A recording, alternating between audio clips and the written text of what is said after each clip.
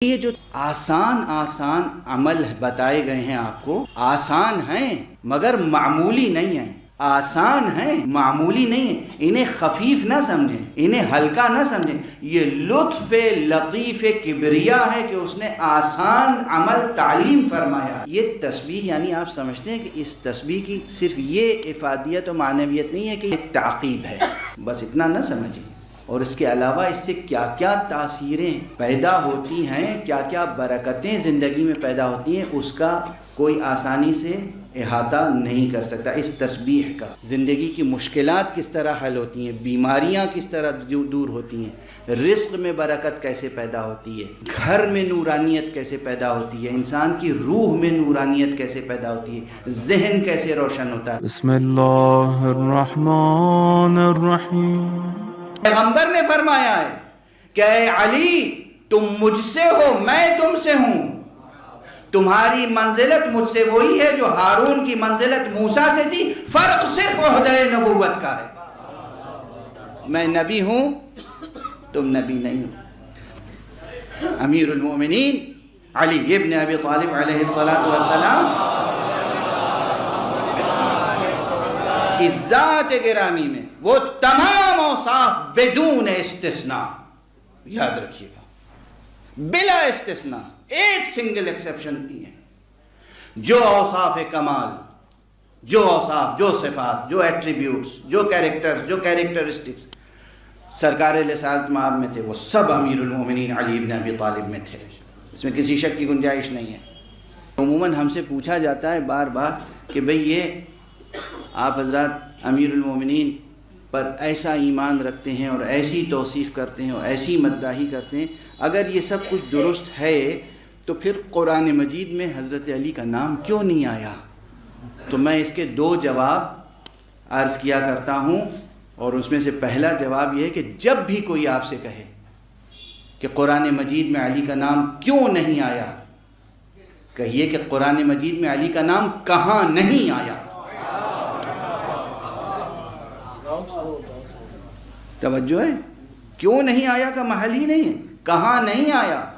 کوئی سورہ خالی نہیں ہے جس میں علی ابن ابی طالب کا نام موجود ہے۔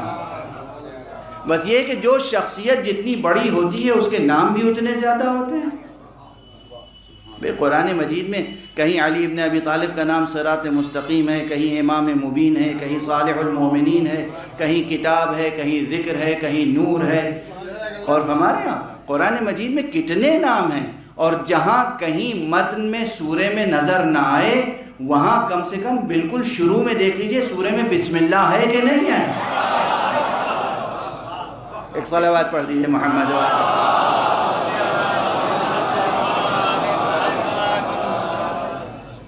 پورے قرآن مجید۔ ہاں، اب فرق صرف اتنا ہے، یہ سب ذوقیات تک محدود نہیں ہے بات، یہ حقائق قرآنیہ کی بات ہے۔ جو اہل علم ہیں وہ سمجھ جائیں گے اس کا فرق۔ ذوقیات تک بات نہیں ہے صرف، یہ حقائق قرآنیہ ہیں، یہ حقائق قرآنیہ ہیں۔ تو جناب امیر المومنین کے بہت سے نام ہیں قرآن مجید میں، مشکل ہے گننا و حصر کرنا کہ کتنے نام ہیں علی کے قرآن میں۔ اب دیکھیے، نوجوانوں کے لیے اور بچوں کے لیے مثال دے رہا ہوں، بڑوں کے لیے نہیں۔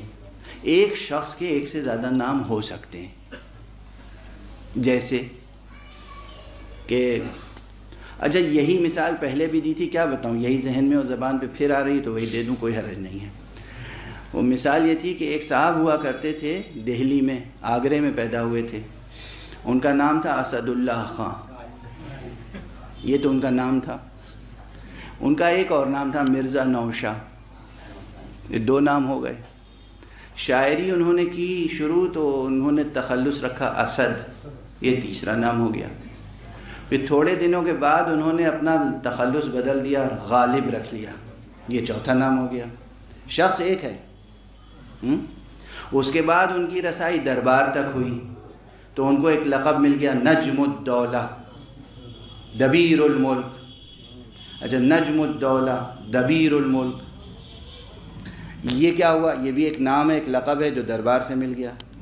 تو نجم الدولہ دبیر الملک مرزا اسد اللہ خان غالب المتخلص بے غالب و اسد المعروف بے مرزا نوشہ، یہ پورا جو ہے پوری عبارت ایک صفحے بھر کی ایک شخص کا نام ہے۔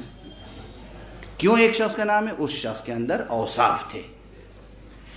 اردو کے بے پناہ شاعر تھے، فارسی کے بہت اچھے شاعر تھے، وہ صرف یک فنے نہیں تھے کہ صرف غزل کہتے ہوں کچھ اور نہ کہتے ہوں، غزل بھی کہتے تھے، رباعی بھی کہتے تھے، قصیدہ بھی کہتے تھے، مثنوی بھی کہتے تھے، اور نثر بھی لکھی تو کیا قیامت کی لکھ گئے، خط لکھے تو کیا قیامت کے لکھ گئے، تاریخ لکھنے شروع کی، اور پھر مثنوی ابرے کو ہر بار اٹھا کے دیکھیے کہ نعت پیغمبر لکھی تو کس قیامت کی لکھی، اور مدح مولا امیر المومنین علیہ السلام میں شاعری کی تو کیسی شاعری کی، نوحے لکھے ہیں فارسی میں تو کس قدر رقت انگیز اور درد انگیز نوحے لکھے ہیں کہ مولانا الطاف حسین حاجی نے فرمایا ہے غالب کی پوری شاعری میں، اردو فارسی کے پورے ذخیرے میں غالب کا سب سے بہتر اور سب سے مضبوط اور پرشکو فن کے اعتبار سے وہی کلام ہے جو مدح و رسائے اہل بیت میں ہے۔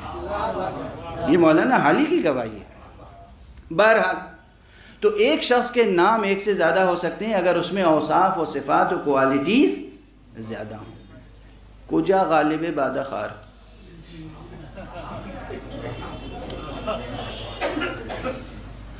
کجا غالب اکبر آبادی ثم دہلوی، اب کجا کے بعد کہنے کی گنجائش نہیں ہے، اس لیے حجاب لایا جائے بیچ میں بلا تشبیہ، بلا تشبیہ۔ کجا وہ ذات گرامی، وہ ذات گرامی، وہ پیکر نور، وہ آدم نوری، آدم خاکی نہیں، آدم نوری، اور میں آدم نوری اس لیے کہہ رہا ہوں کہ پیغمبر صلی اللہ علیہ وآلہ وسلم اور امیر المومنین علی ابن ابی طالب علیہ السلام کا ارشاد گرامی ہے، انہوں نے فرمایا کنت نبیا وآدم بین الماء والطین، اور انہوں نے فرمایا وکنت ولیا وآدم بین الماء والطین۔ وہ فرماتے ہیں میں نبی تھا اس وقت جب آدم ابھی آب و گل کے درمیان تھے، یہ فرماتے ہیں میں ولی تھا اس وقت جب آدم آب و گل کے درمیان تھے۔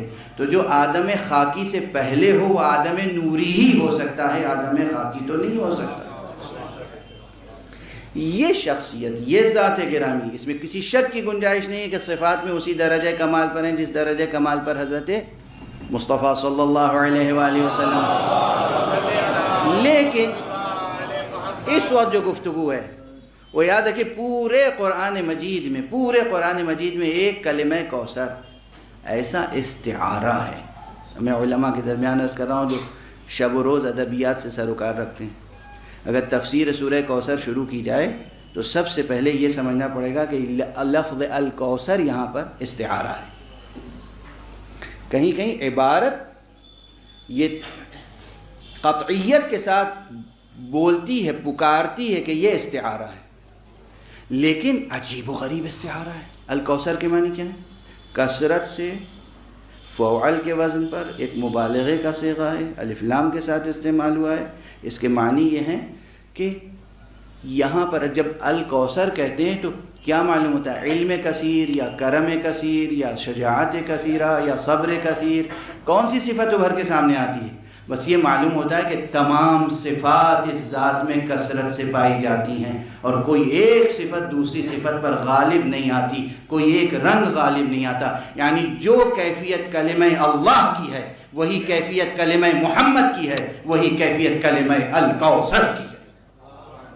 کیا شان ہے جناب فاطمہ زہرا سلام اللہ علیہ۔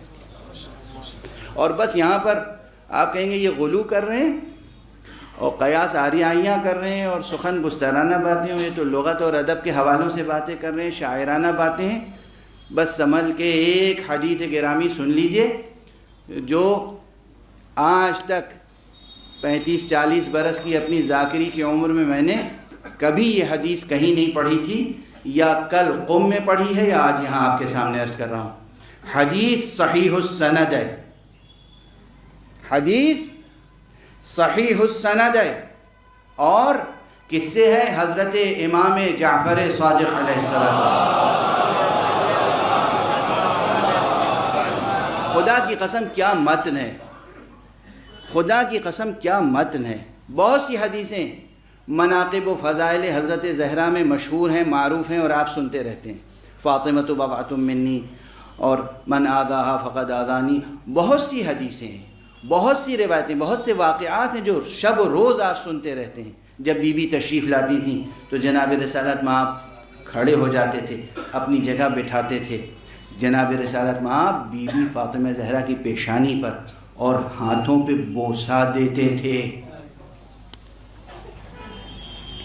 غور فرمائیں آپ، یہ تمام فضائل آپ سنتے رہتے ہیں. کوئی چیز نئی آپ کے لیے نہیں ہے، لیکن شاید یہ متن نیا ہو. جو وسائل الشیعہ کی 7ویں جلد میں ہے، وہ بھی وہاں پر جہاں تسبیح حضرت بی بی فاطمہ زہرا کا تذکرہ ہے. دیکھیے یہ جو آسان عمل بتائے گئے ہیں آپ کو، آسان ہیں مگر معمولی نہیں ہیں. آسان ہیں معمولی نہیں ہیں. انہیں خفیف نہ سمجھیں، انہیں ہلکا نہ سمجھیں. یہ لطف لطیف کبریا ہے کہ اس نے آسان عمل تعلیم فرمایا ہے. مثلا اب یہ جملہ پھر کہہ دوں، یہ تیسری بار کہہ رہا ہوں، صرف تیسری بار. یہ جو آپ حضرات صلوات پڑھتے ہیں، اس کی عظمت و اہمیت معلوم ہے کیا ہے؟ خدا کی قسم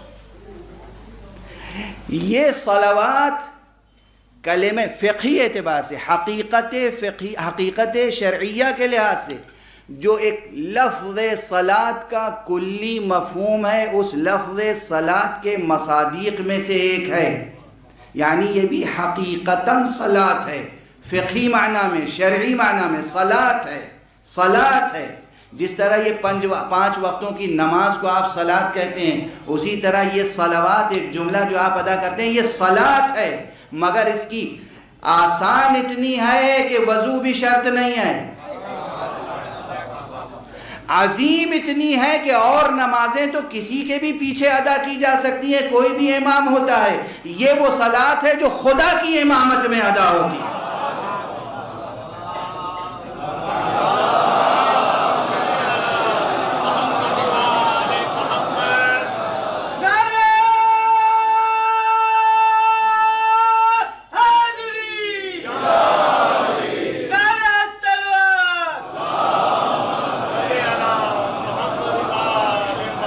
دیکھیے یہ سب باتیں میں اس لیے عرض کر رہا ہوں کہ جو باتیں آسان ہوتی ہیں اور زندگی میں معمول زندگی بن جاتی ہیں، تو پھر انسان اس کی عظمت اور اس کی تاثیر کی طرف متوجہ نہیں رہتا. تو آپ یہ یاد رکھیں کہ یہ صلوات کتنی عظیم حقیقت ہے، حقیقت معنویہ، حقیقت عرفانیہ، حقیقت شرعیہ، اور اس کی تاثیر کتنی ہے. بس میں ایک جملے میں عرض کر کے آگے بڑھ جاؤں تاکہ اسے آپ کسی بھی اعتبار سے خفیف نہ سمجھیں. یہ میں نے کیوں کہا کہ ہر نماز تو کسی کے بھی پیچھے پڑھ سکتے ہیں؟ خدا نے خود اعلان فرمایا، عجب انداز ہے.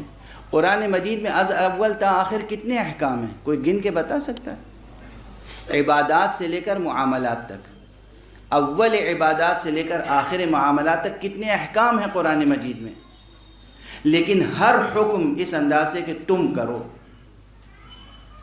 نماز تم پڑھو، اقیم الصلاۃ تم نماز پڑھو، آتوا الزکاۃ تم زکات دو، کتب علیکم الصیام تمہارے اوپر روزہ واجب قرار دیا گیا ہے، تم روزہ رکھو.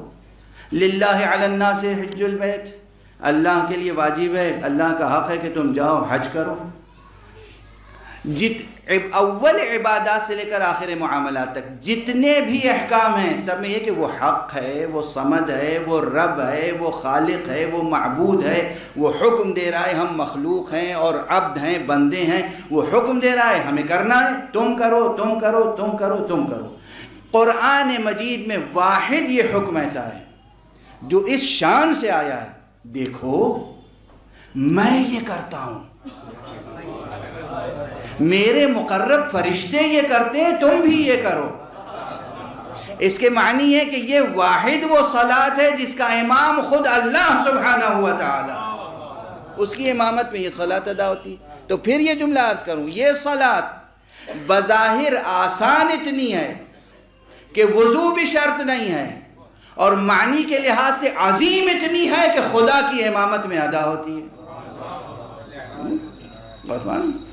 بہرحال تو جو چیزیں آسان ہیں انہیں آسان سمجھیں، لطف کبریا سمجھیں، مگر اسے ہلکا نہ سمجھیں، خفیف نہ سمجھیں، معمولی نہ سمجھیں. اسی لیے جو لوگ یقین رکھتے ہیں، نور یقین، دیکھیے زندگی جینے کا سلیقہ سیکھیے. بعض حضرات عبادتیں ایسے کرتے ہیں کہ جیسے عبادتوں کی جان کو آ گئے ہوں.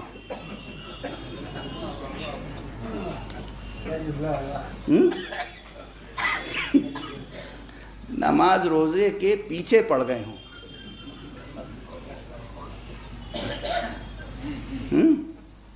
اب کچھ نہ یاد رکھیے گا تو یہی یاد رکھ لیجیے گا.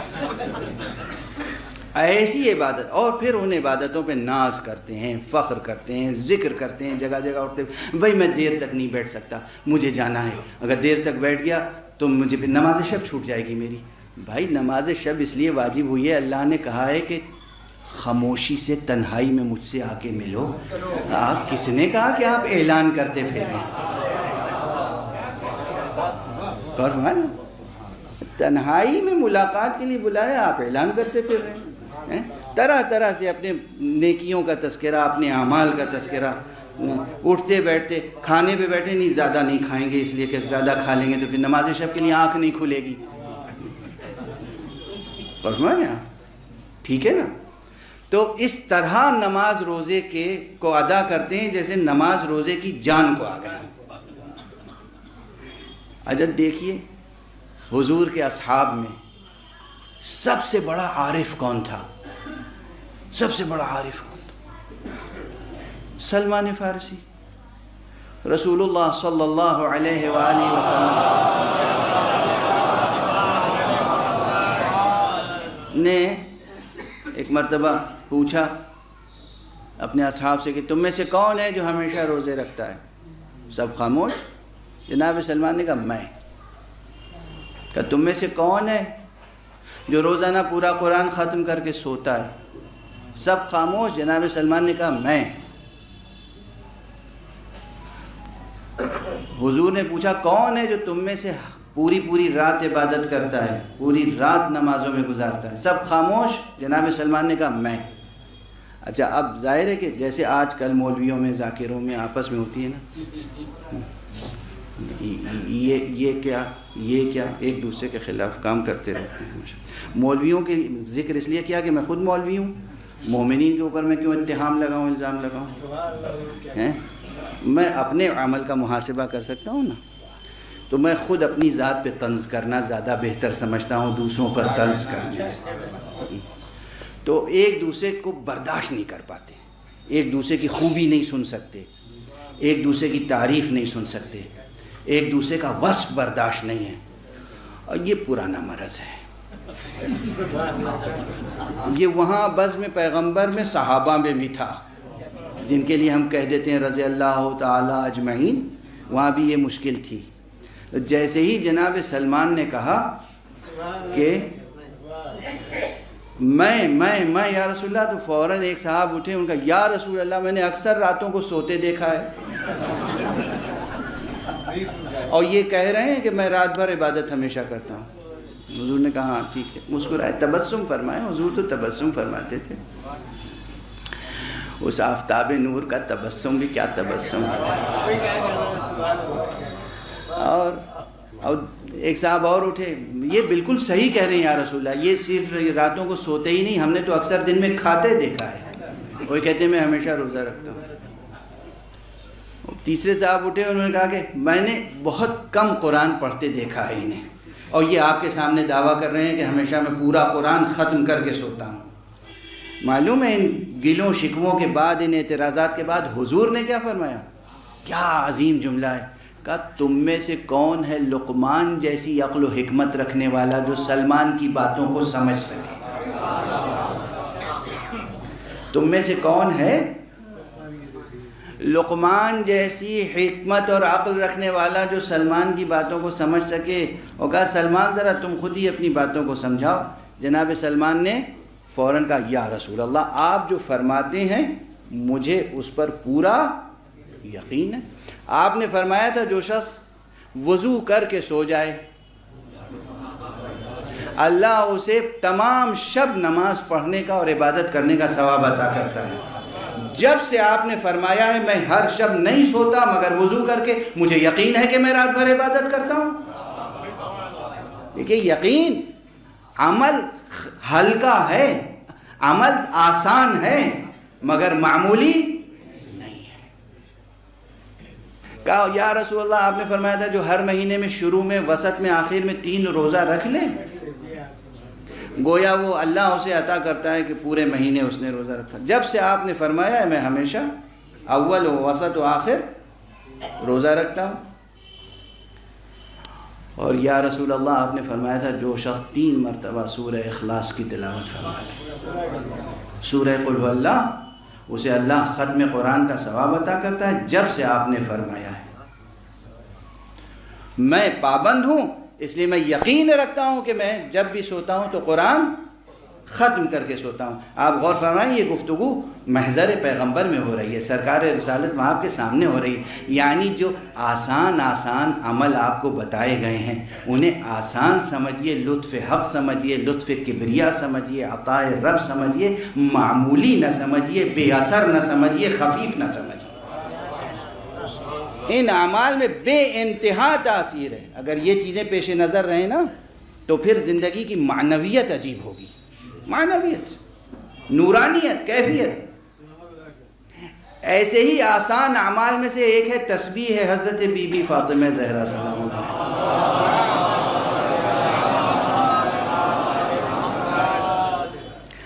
ہر مومن، ہر جوان، ہر بچہ تسبیح سے واقف ہے۔ تسبیح 34 مرتبہ اللہ اکبر، 33 مرتبہ الحمدللہ، 33 مرتبہ سبحان اللہ۔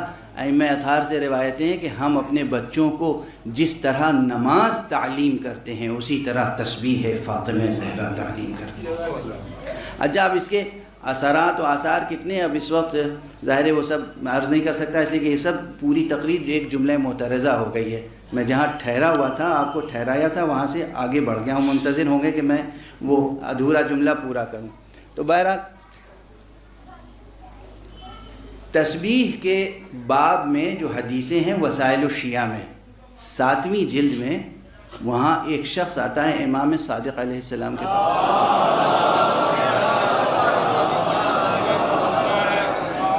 اب اس فقرے کی سنگینی یہ علماء پروردگار ان کو سرفراز رکھے، ہمیشہ ان اماموں کا احترام ہمیشہ بلند رہے اور ان کے افادات اور افادات سے آپ حضرات فائدہ اٹھاتے رہیں ہمیشہ۔ تو یہ سمجھ سکتے ہیں کہ کیا جملہ ہے۔ ایک شخص آیا حضرت صادق علیہ السلام کے پاس، اس نے کہا آقا کچھ تعلیم کیجئے، کوئی دعا تعلیم کیجئے۔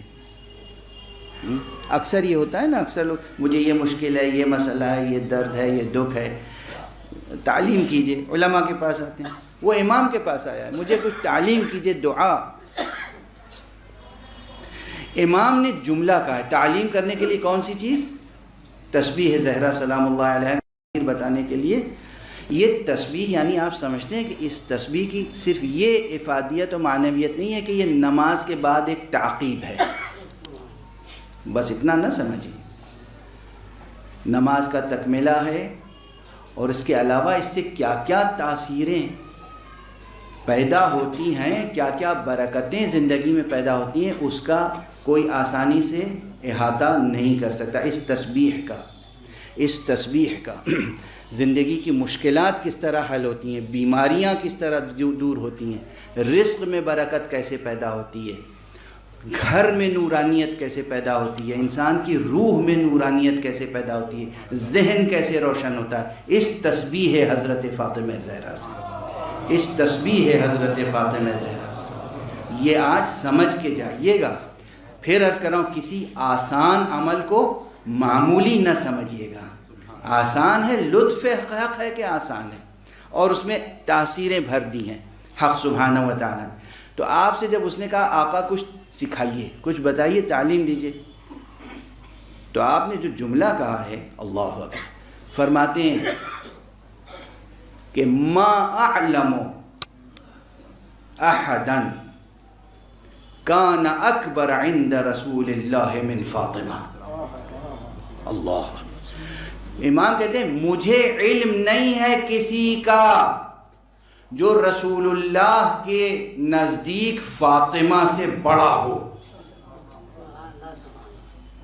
یہ ہماری آپ کی بھی آزمائش ہو جائے گی. نکرہ سیاق نفی میں افادہ عموم کرتا ہے. کہتے ہیں کہ ما اعلم احدا، امام کہہ رہے ہیں ساری مجھے علم نہیں ہے کسی کا، میں کسی کو نہیں جانتا جو پیغمبر کے نزدیک فاطمہ سے بڑی شخصیت کا حامل ہو. فاطمہ سے بڑا پیغمبر کے نزدیک کوئی نہیں تھا، اور جو چیز پیغمبر نے اپنی بیٹی کو تعلیم فرمائی تھی اس سے زیادہ افضل کوئی شے نہیں ہے. وَلَا أَفْضَلَ مِمَّا عَلَّمَهَا أَبُوهَا. کیا قیامت ہے بھائی، کیا قیامت ہے، کیا قیامت ہے. مطلب زبان گنگ ہو جاتی ہے یہاں پر. آپ سوچ رہے تھے میں لفظ الکوثر کی معنویت بیان کرنے کے لیے یہ کہہ رہا ہوں کہ الکوثر یعنی جامع صفات، تمام صفات کمال و کثرت کے ساتھ ہیں، ایک صفت دوسرے صفت سے آگے نہیں بڑھتی، کوئی رنگ نمایاں نہیں ہوتا. یہ سب شاعری و خطابت و ذاکری و مضمون آفرینی ہے. نہیں، امام صادق فرما رہے ہیں کہ مجھے علم نہیں ہے. امام صادق فرما رہے ہیں مجھے علم نہیں ہے کہ کوئی پیغمبر کے نزدیک فاطمہ سے بڑا ہو. کیا منزلت ہے، کیا منزلت ہے. میں یعنی جو مضمون آگے اس حدیث کی روشنی میں کہا جا سکتا ہے وہ کہنے کی سکت نہیں ہے، ورنہ آپ حضرات کے لیے بھی آزمائش ہو جائے گی. پیغمبر کے نزدیک سب سے بڑی شخصیت بی بی فاطمہ زہرا سلام اللہ علیہا.